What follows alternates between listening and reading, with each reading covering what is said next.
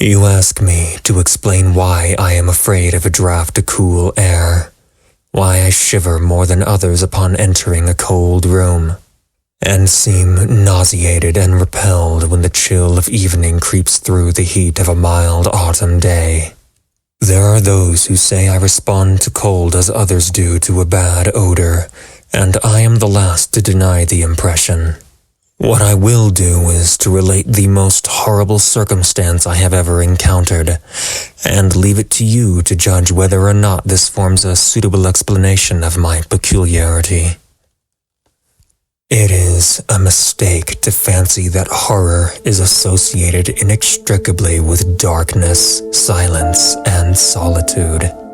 I found it in the glare of mid-afternoon, in the clangor of a metropolis, and in the teeming midst of a shabby and commonplace rooming house with a prosaic landlady and two stalwart men by my side. In the spring of 1923, I had secured some dreary and unprofitable magazine work in the city of New York, and being unable to pay any substantial rent, began drifting from one cheap boarding establishment to another, in search of a room which might combine the qualities of decent cleanliness, endurable furnishings, and very reasonable price. It soon developed that I had only a choice between different evils, but after a time I came upon a house in West 14th Street which disgusted me much less than the others I had sampled. The place was a 4-story mansion of brownstone, dating apparently from the late 40s, and fitted with woodwork and marble whose stained and sullied splendor argued a descent from high levels of tasteful opulence. In the rooms, large and lofty, and decorated with impossible paper and ridiculously ornate stucco cornices, there lingered a depressing mustiness and hint of obscure cookery. But the floors were clean, the linen tolerably regular, and the hot water not too often cold or turned off, so that I came to regard it as at least a bearable place to hibernate till one might really live again. The landlady, a slatternly, almost bearded Spanish woman named Herrero, did not annoy me with gossip or with criticisms of the late-night burning electric light on my third-floor hall room, and my fellow lodgers were as quiet and uncommunicative as one might desire, being mostly Spaniards a little above the coarsest and crudest grade. Only the din of streetcars in the thoroughfare below proved a serious annoyance. I had been there about 3 weeks when the first odd incident occurred. One evening, at about 8, I heard a spattering on the floor and became suddenly aware that I had been smelling the pungent odor of ammonia for some time. Looking about, I saw that the ceiling was wet and dripping, the soaking apparently proceeding from a corner on the side toward the street. Anxious to stop the matter at its source, I hastened to the basement to tell the landlady, and was assured by her that the trouble would quickly be set right. "Dr. Munoz," she cried as she rushed upstairs ahead of me, "he has spilled his chemicals. He is too sick for doctor himself, sicker and sicker all the time, but he will not have no other for help. He is very queer in his sickness. All day he take funny smelling baths, and he cannot get excited or warm. All his own housework he do. His little room are full of bottles and machines, and he do not work as doctor.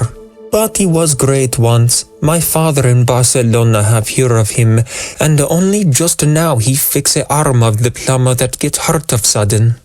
He never go out, only on roof, and my boy Esteban, he bring him his food and laundry and medicines and chemicals. My God, the salamoniac that man use for keep him cool." Mrs. Herrero disappeared up the staircase to the 4th floor, and I returned to my room.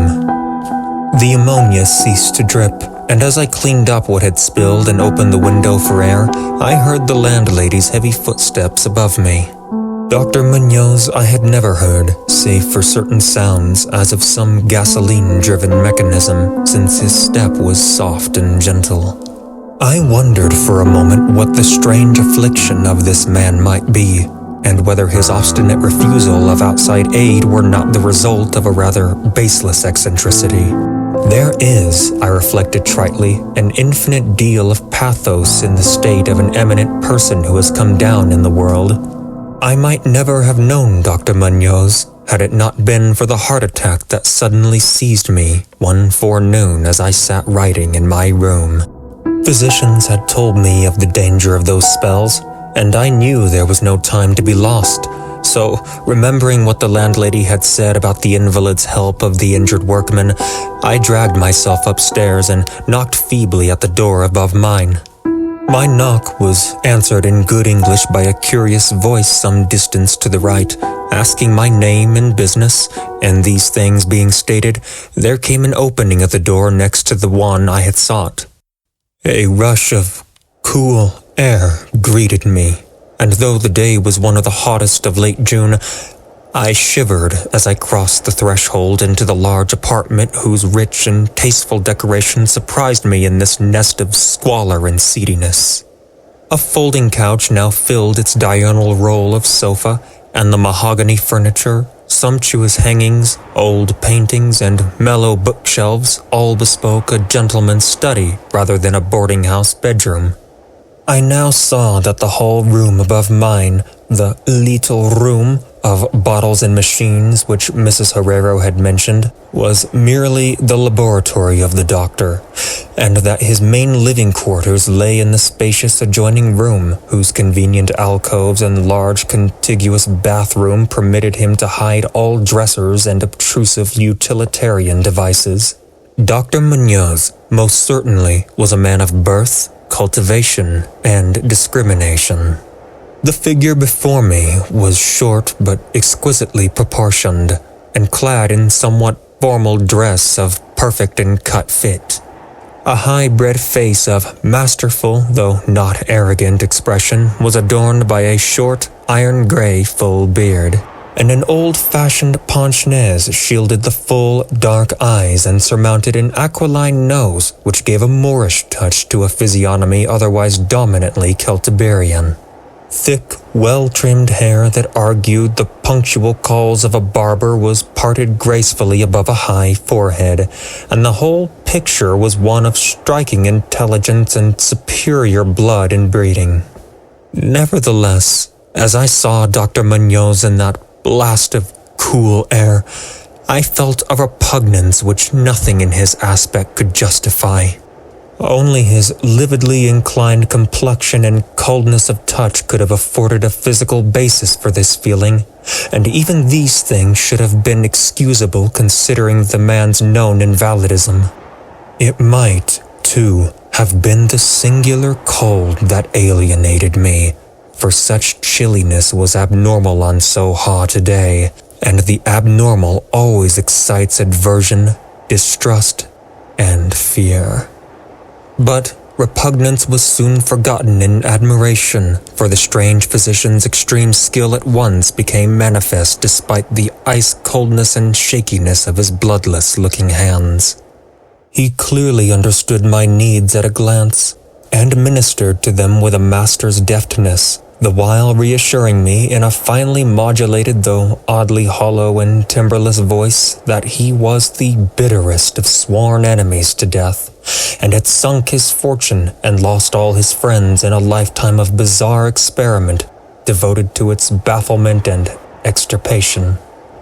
Something of the benevolent fanatic seemed to reside in him, and he rambled on almost garrulously as he sounded my chest and mixed a suitable draught of drugs fetched from the smaller laboratory room.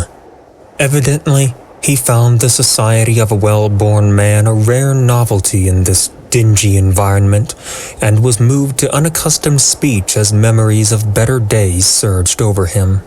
His voice, if queer, was at least soothing, and I could not even perceive that he breathed as the fluent sentences rolled urbanely out.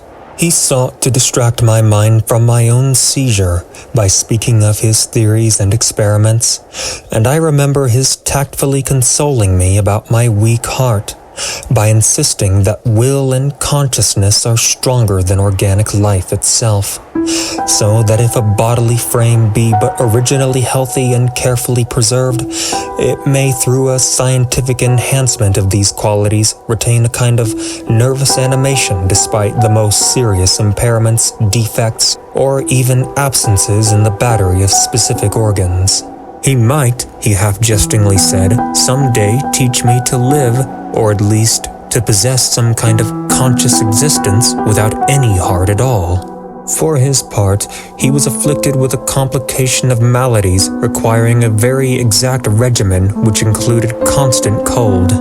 Any marked rise in temperature might, if prolonged, affect him fatally, and the frigidity of his habitation, some 55 or 56 degrees Fahrenheit, was maintained by an absorption system of ammonia cooling, the gasoline engine of whose pumps I had often heard in my own room below.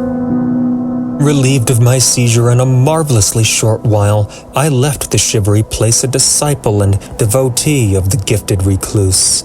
After that, I paid him frequent overcoated calls, listening while he told of secret researches and almost ghastly results, and trembling a bit when I examined the unconventional and astonishingly ancient volumes on his shelves. I was eventually, I may add, almost cured of my disease for all time by his skillful ministrations. It seems that he did not scorn the incantations of the medievalists, since he believed these cryptic formulae to contain rare psychological stimuli, which might conceivably have singular effects on the substance of a nervous system from which organic pulsations had fled. I was touched by his account of the aged Dr. Torres of Valencia, who had shared his earlier experiments with him through the great illness of 18 years before, whence his present disorders proceeded. No sooner had the venerable practitioner saved his colleague than he himself succumbed to the grim enemy he had fought. Perhaps the strain had been too great, for Dr. Munoz made it whisperingly clear, though not in detail, that the methods of healing had been most extraordinary, involving scenes and processes not welcomed by elderly and conservative Galens. As the weeks passed, I observed with regret that my new friend was indeed slowly but unmistakably losing ground physically, as Mrs. Herrero had suggested. The livid aspect of his countenance was intensified. His voice became more hollow and indistinct. His muscular motions were less perfectly coordinated, and his mind and will displayed less resilience and initiative. Of this sad change he seemed by no means unaware, and little by little his expression and conversation both took on a gruesome irony which restored in me something of the subtle repulsion I had originally felt. He developed strange caprices, acquiring a fondness for exotic spices and Egyptian incense, till his room smelled like the vault of a sepulchred pharaoh in the Valley of Kings. At the same time, his demands for cold air increased, and with my aid, he amplified the ammonia piping of his room and modified the pumps and feed of his refrigerating machine till he could keep the temperature as low as 34 degrees or 40 degrees, and finally even 28 degrees. The bathroom and laboratory, of course, being less chilled in order that water might not freeze and that chemical processes might not be impeded. The tenant adjoining him complained of the icy air from around the connecting door, so I helped him fit heavy hangings to obviate the difficulty. A kind of growing horror of outre and morbid cast seemed to possess him.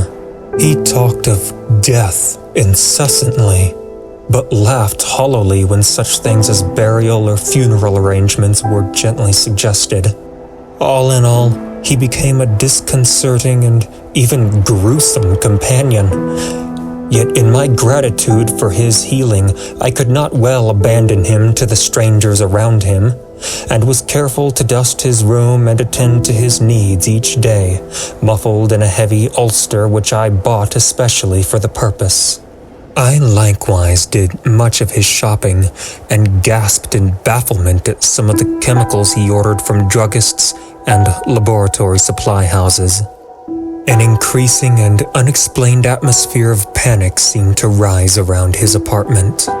The whole house, as I have said, had a musty odor, but the smell in his room was worse, and in spite of all the spices and incense and the pungent chemicals of the now incessant baths which he insisted on taking unaided, I perceived that it must be connected with his ailment, and shuddered when I reflected on what that ailment might be. Mrs. Herrero crossed herself when she looked at him, and gave him up unreservedly to me, not even letting her son Esteban continue to run errands for him. When I suggested other physicians, the sufferer would fly into as much of a rage as he seemed to dare to entertain. He evidently feared the physical effect of violent emotion, yet his will and driving force waxed rather than waned, and he refused to be confined to his bed. The lassitude of his earlier ill days gave place to a return of his fiery purpose, so that he seemed about to hurl defiance at the death demon, even as that ancient enemy seized him. The pretense of eating, always curiously like a formality with him, he virtually abandoned, and mental power alone appeared to keep him from total collapse. He acquired a habit of writing long documents of some sort, which he carefully sealed and filled with injunctions that I transmit them after his death to certain persons whom he named, for the most part lettered East Indians, but including a once celebrated French physician now generally thought dead, and about whom the most inconceivable things had been whispered. As it happened, I burned all these papers, undelivered and unopened. His aspect and voice became utterly frightful, and his presence almost unbearable. One September day, an unexpected glimpse of him induced an epileptic fit in a man who had come to repair his electric desk lamp, a fit for which he prescribed effectively whilst keeping himself well out of sight. That man, oddly enough, had been through the terrors of the Great War, without having incurred any fright so thorough. Then, in the middle of October, the horror of horrors came with stupefying suddenness.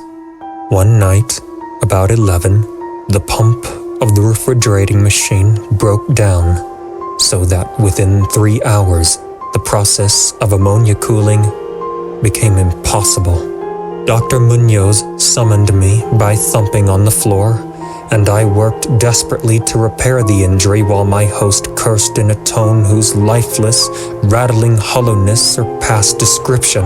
My amateur efforts, however, proved of no use, and when I had brought in a mechanic from a neighboring all-night garage, we learned that nothing could be done till morning, when a new piston would have to be obtained. The moribund hermit's rage and fear, swelling to grotesque proportions, seemed likely to shatter what remained of his failing physique, and once a spasm caused him to clap his hands to his eyes and rush into the bathroom.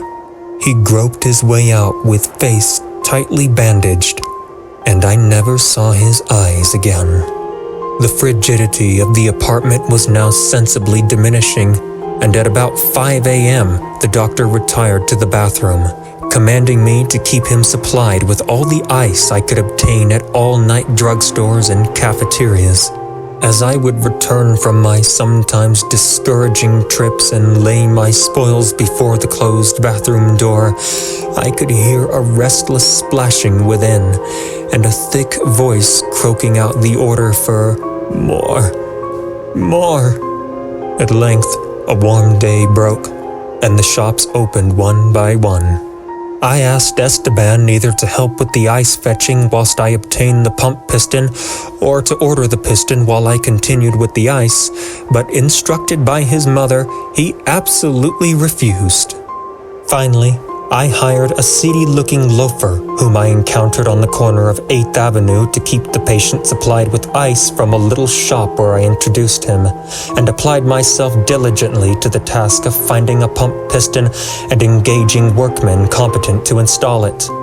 The task seemed interminable, and I raged almost as violently as the hermit when I saw the hours slipping by in a breathless, foodless round of vain telephoning and a hectic quest from place to place, hither and thither by subway and surface car.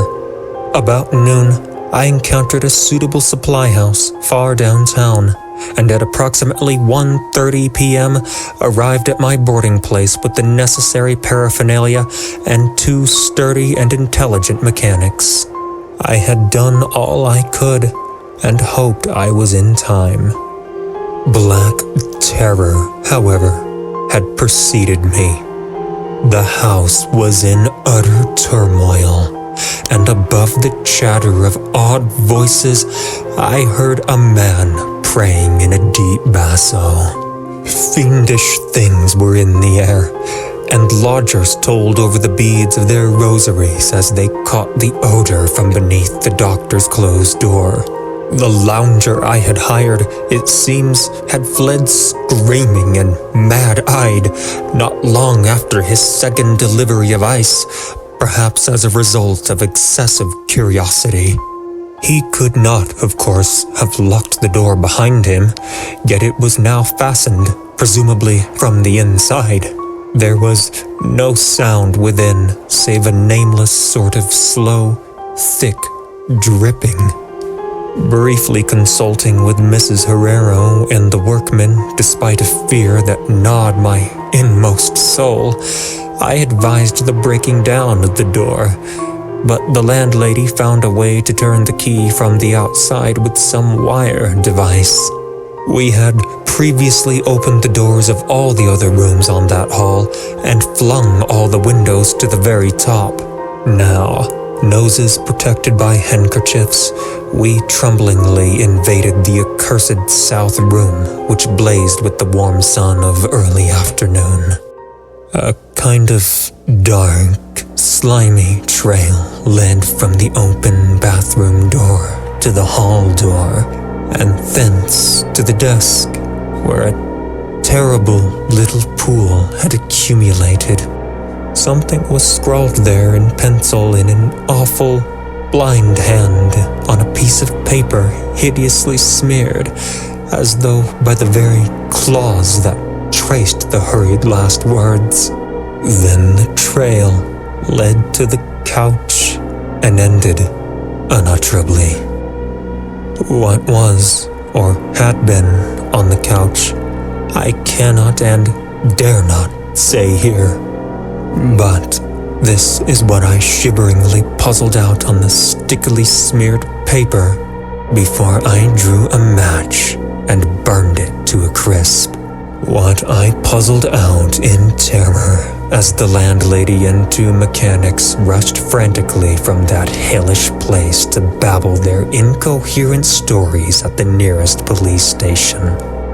The nauseous words seemed well nigh incredible in that yellow sunlight, with the clatter of cars and motor trucks ascending clamorously from crowded 14th Street. Yet I confess that I believed them then. Whether I believe them now, I honestly do not know. There are things about which it is better not to speculate, and all that I can say is that I hate the smell of ammonia and grow faint at a draft of unusually cool air. The end, ran that noisome scrawl, is here. No more ice. The man looked and ran away, warmer every minute, and the tissues can't last. I fancy you know what I said about the will and the nerves and the preserved body after the organ ceased to work. It was good theory, but couldn't keep up indefinitely. There was gradual deterioration I had not foreseen. Dr. Torres knew, but the shock killed him. He couldn't stand what he had to do. He had to get me in a strange, dark place when he minded my letter and nursed me back, and the organs never would work again. It had to be done my way. Artificial preservation. For you see, I died that time 18 years ago.